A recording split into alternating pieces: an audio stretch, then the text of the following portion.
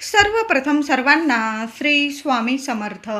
स्वामी महाराजांच्या कृपेने तुमच्या सर्व चांगल्या इच्छा पूर्ण होत ही स्वामींचरणी प्रार्थना करते आणि आजच्या व्हिडिओला सुरुवात करते. तर 30 मार्च 2025 रविवारपासून चैत्र नवरात्रीला प्रारंभ झालेला आहे. बघा, उद्या 2 एप्रिल श्री लक्ष्मी पंचमी आलेली आहे. 5वी माळ देखील आलेली आहे. आश्विन नवरात्री, चैत्र नवरात्री, तशा तर 4 नवरात्री येतात. 2 गुप्त नवरात्री आणि या 2 नवरात्रीत आपण आपल्या कुलदेवीची जागर करत असतो, तिची सेवा करत असतो. जेवढी सेवा होईल तेवढी आपण करत असतो. तर या चैत्र नवरात्रीत सुद्धा आपल्या कुलदेवीची, महिला असेल पुरुष दादा असेल, सर्वांनी मिळून आपल्या कुलदेवीची सेवा नक्की करा.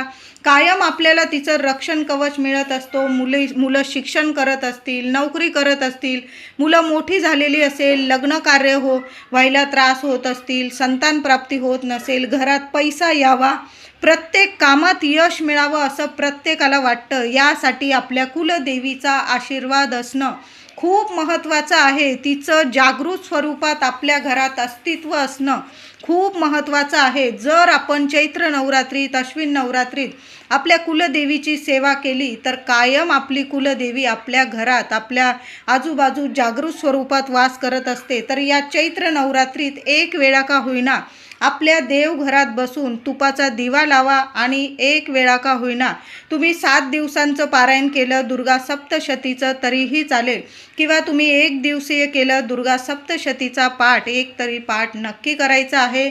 नाहीच जमलं, एक माळ नवार्णव मंत्राची तरी रोज, महिला असतील पुरुष असेल, आपण स्वामींची जशी सेवा करतो त्याचबरोबर एक माळ नवार्णव मंत्राची घ्या.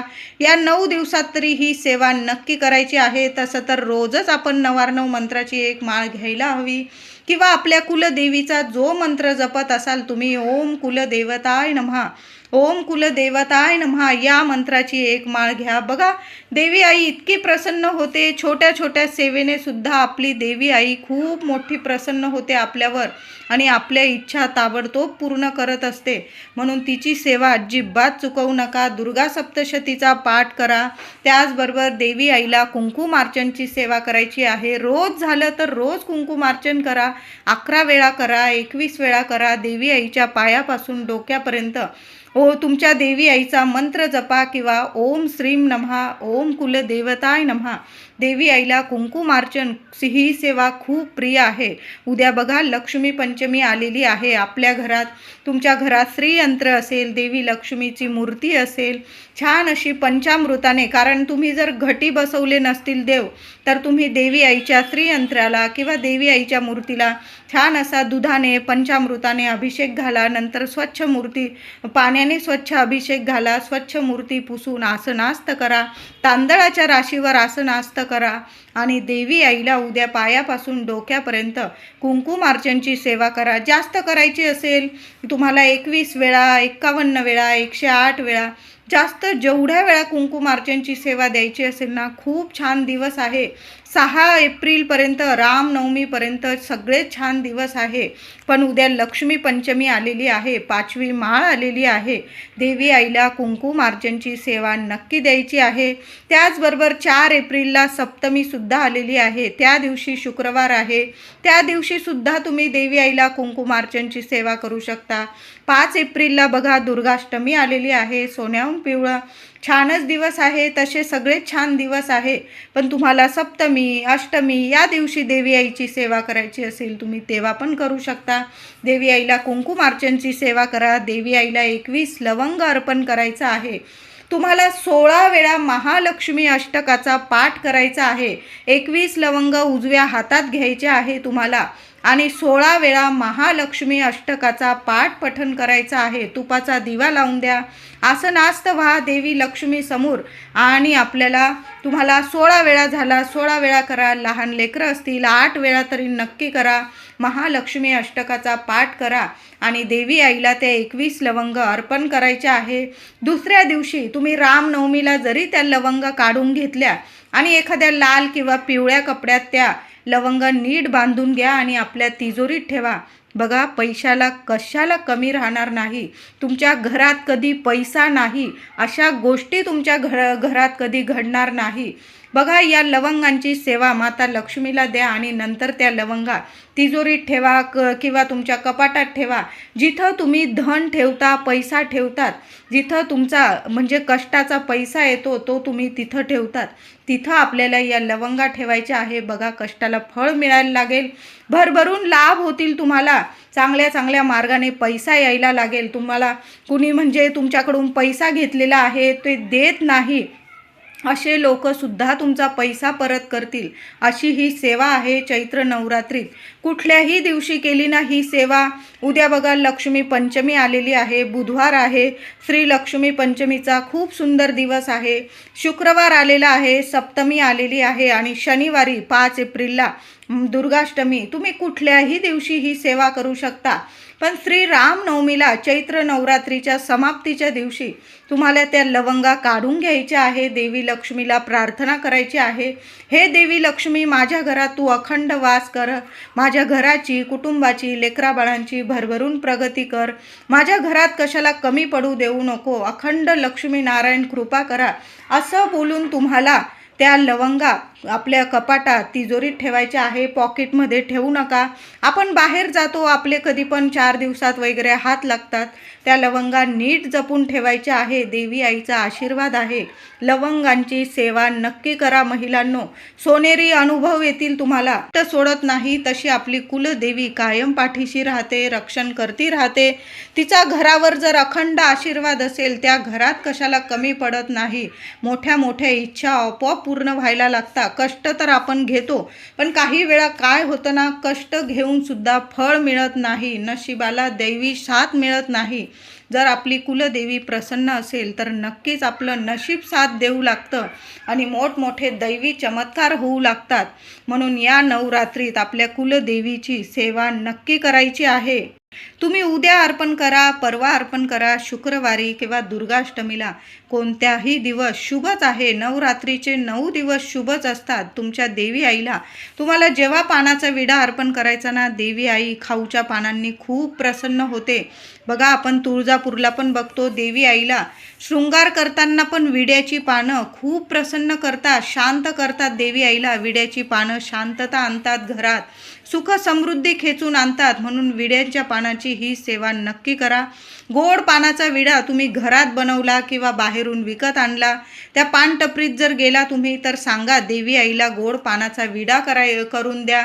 छान असा छोटा का होईना गोड पानाचा विडा तयार करून देतील ते. किंवा तुम्ही घरी जरी गोड पानाचा विडा तयार केला किंवा खांडून तांबूल तयार केला तुम्ही, अतिशय उत्तम. बघा, तुम्हाला तांबूलची रेसिपी पण यूट्यूबवर मिळून जाईल. तांबूल तयार करा आणि आपल्या कुलदेवीला एखाद्या वाटीत प्रसाद दाखवायचा आहे. नंतर तो प्रसाद घरातल्या सर्वांनी खायचा आहे. सकाळी नैवेद्य दाखवला तांबूलचा, तर तुम्ही संध्याकाळी सर्वांनी प्रसाद स्वरूप खायचा आहे. संध्याकाळी दाखवलं तर रात्री जेवणानंतर तुम्ही तो तांबूल किंवा पानाचा विडा प्रसाद स्वरूप खाल्ला, पती पत्नीने खाल्ला, मुलांना पण दिला, काही हरकत नाही. पण गोड पानाचा विडा आपल्या कुलदेवीच्या चरणी या नवरात्रीत नक्की अर्पण करा. बघा, 5 एप्रिलपर्यंत दुर्गाष्टमी आलेली आहे. त्या दिवसापर्यंत जरी अर्पण केला तुम्ही तरीही चालेल, पण नक्की अर्पण करा आणि नंतर तो प्रसाद स्वरूप खायचा आहे. त्याचबरोबर महिला असेल, पुरुष असेल, सर्वांनी एक उपाय करायचा आहे. हा उपाय तुम्ही घरीसुद्धा करू शकता किंवा मंदिरात केला तर अतिशय उत्तम. बघा, मुलं शिक्षण करता बाहेर गावी राहतात किंवा मुलांना नोकरीविषयी काही चिंता असेल किंवा तुमच्या घरात मुलगी असेल, मुलगा असेल, लग्न कार्यात काहीतरी अडथळे येत असेल, कुंडलीत जमत नाही, बघून जाता पण तिकडून होकार काही येत नाही, काही ना काही अडचणी येतात लग्न कार्यात किंवा संतान प्राप्ती होत नाही. 5 वर्ष होऊन गेले, 7 वर्ष होऊन गेले, तुम्ही वाट बघत आहात, संतान प्राप्ती होत नाही किंवा पैसा येतो, अगदी लाखोने येतो, पण तसाच निघून जातो. आरोग्य घरात नीट राहत नाही, आरोग्य नीट नसेल तर येतो पैसा आणि जातो दवाखान्यात. अशा गोष्टीसुद्धा काही घरांमध्ये घडतात. तर सुंदर उपाय सांगत आहे, सर्वांनी करा. तुम्हाला लागणार आहे 1 खाऊचं पान, 1 विड्याचं पान, जास्त काही नाही लागणार तुम्हाला. हा उपाय करून तर बघा, तुम्हीच मला कमेंट करून सांगाल की ताई सुंदर उपाय सांगितला. नवरात्र संपण्याच्या आत माझी ही इच्छा पूर्ण झाली. काय करायचं आहे, महिला असेल पुरुष असेल, महिलांनी उपाय केला किंवा ज्यांना त्रास आहे किंवा ज्यांना कठीण इच्छा पूर्ण होत नाही त्या व्यक्तीने जरी हा उपाय केला ना, मग मुलाच्या लग्नात प्रॉब्लेम होत असतील, मुलीच्या त्या मुलाने किंवा मुलीने केला किंवा ज्यांना संतान होत नाही त्या नवरा बायकोने जरी केला किंवा पती पत्नीने, आता घरदार तर पती पत्नीच असतं, म्हणून सर्वांनी मिळून जरी हा उपाय केला ना, तर काय करायचं आहे, एक विड्याचं पान घ्यायचं आहे, स्वच्छ धुवून घ्या. चांगलं मोठं विड्याचं पान घ्यायचं आहे. घेऊन येतानाच मोठं विड्याचं पान आणायचं आहे. तुटलेलं फुटलेलं घेऊ नका, चांगलं बघून घ्यायचं आहे. चांगलं देठ असलेलं पान घ्यायचं, घरी आणायचं आहे. हिरवंगार पान बघून आणा आणि स्वच्छ धुवून घ्यायचं आहे. कपड्याने स्वच्छ पुसून घ्यायचं आहे आणि त्यावर हळद ओली करायची आहे. हळद वेगळी ओली करा, कुंकू वेगळं ओलं करायचं आहे तुम्हाला. आणि पहिलं स्वस्तिक तुम्हाला हळदीने काढायचं आहे आणि दुसरं स्वस्तिक तुम्हाला त्या पानावर आधी हळदीने पिवळं स्वस्तिक काढायचं, वरती खाली आपल्याला कुंकवाने स्वस्तिक काढायचं आहे. छान स्वस्तिक काढा आणि त्या पानाची तुम्हाला पूजा करायची आहे. उपाय जर घरी करत असाल तर आधी स्वस्तिक काढून घ्या. दोन्ही स्वस्तिक काढायचं, एक हळदीने आणि एक कुंकवाने, आणि देवी आईच्या फोटोसमोर किंवा टाक असेल तिथं ते पान ठेवायचं आहे तुम्हाला.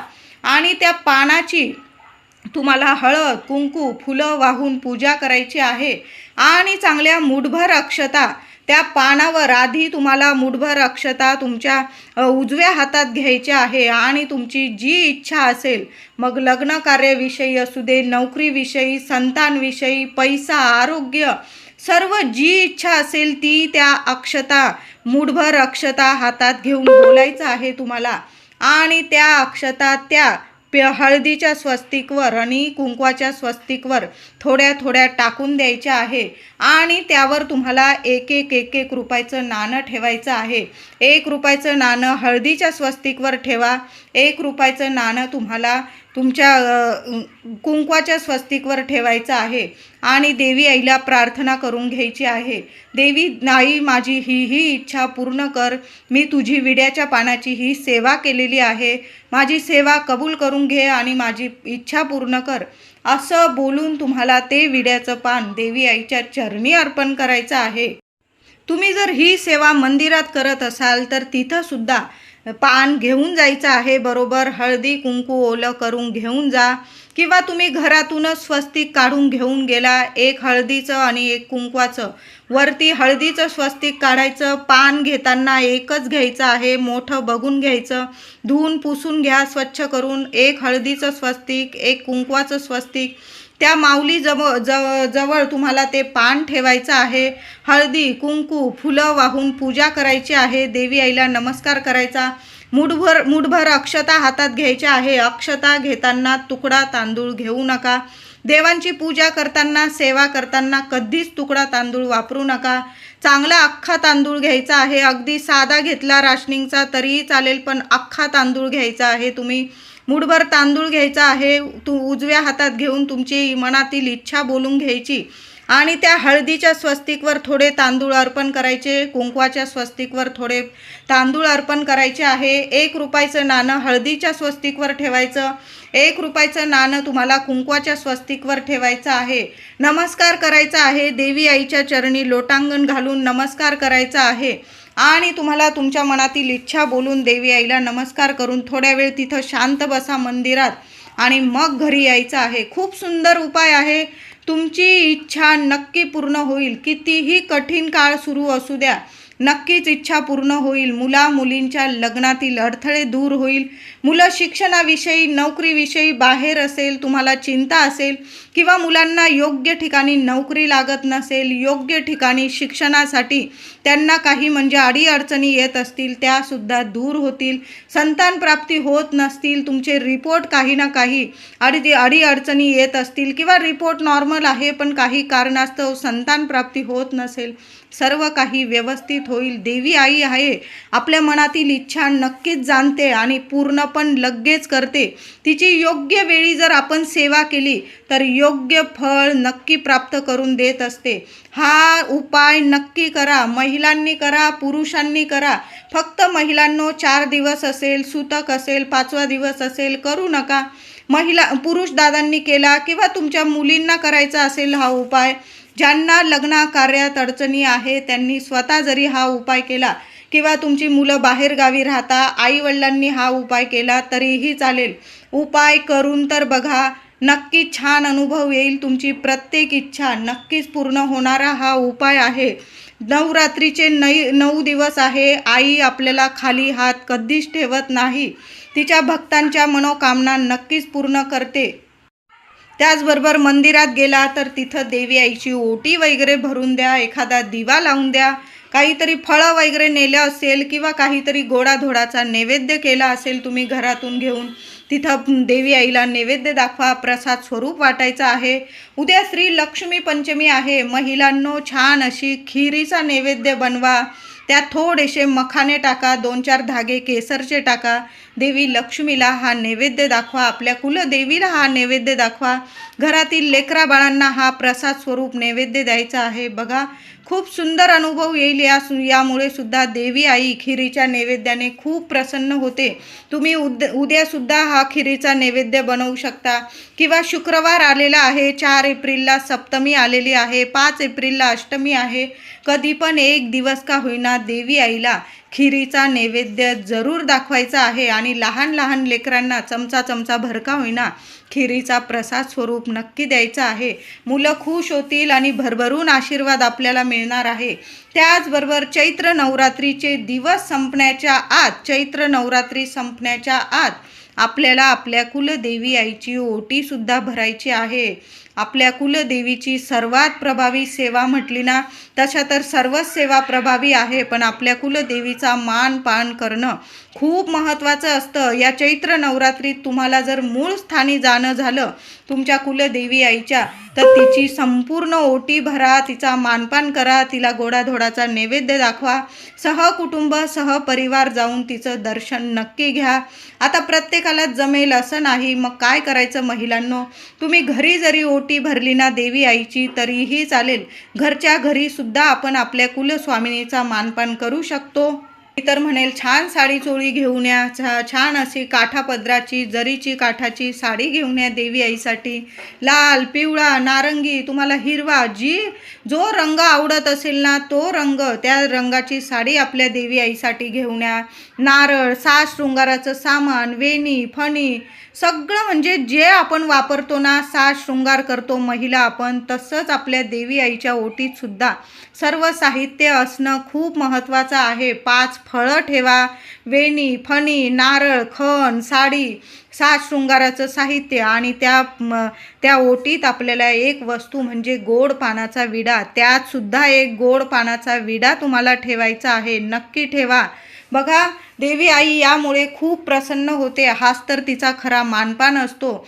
चैत्र नवरात्री, अश्विन नवरात्रीत जर आपण आपल्या कुलदेवी आईची ओटी भरली, नाही मूळ स्थानी जाता येत, आपण जेव्हा तुम्ही सहकुटुंब सहपरिवार जात असाल तेव्हा तर भरायचीच आहे ओटी, पण आपण चैत्र नवरात्रीत, अश्विन नवरात्रीत सुद्धा न विसरता तिचा मानपान जर केला तर देवी आई आपल्याला कधीच विसरत नाही, प्रत्येक क्षणी धावून येते आणि आपली मोठमोठी इच्छा पूर्ण करते। म्हणून देवी आईची छान ओटी भरायची आहे। सर्व वस्तू ठेवा, गोड पानाचा विडा ठेवा आणि हिरव्या बांगड्या, काचेच्या हिरव्या बांगड्यांना पण खूप महत्त्व आहे।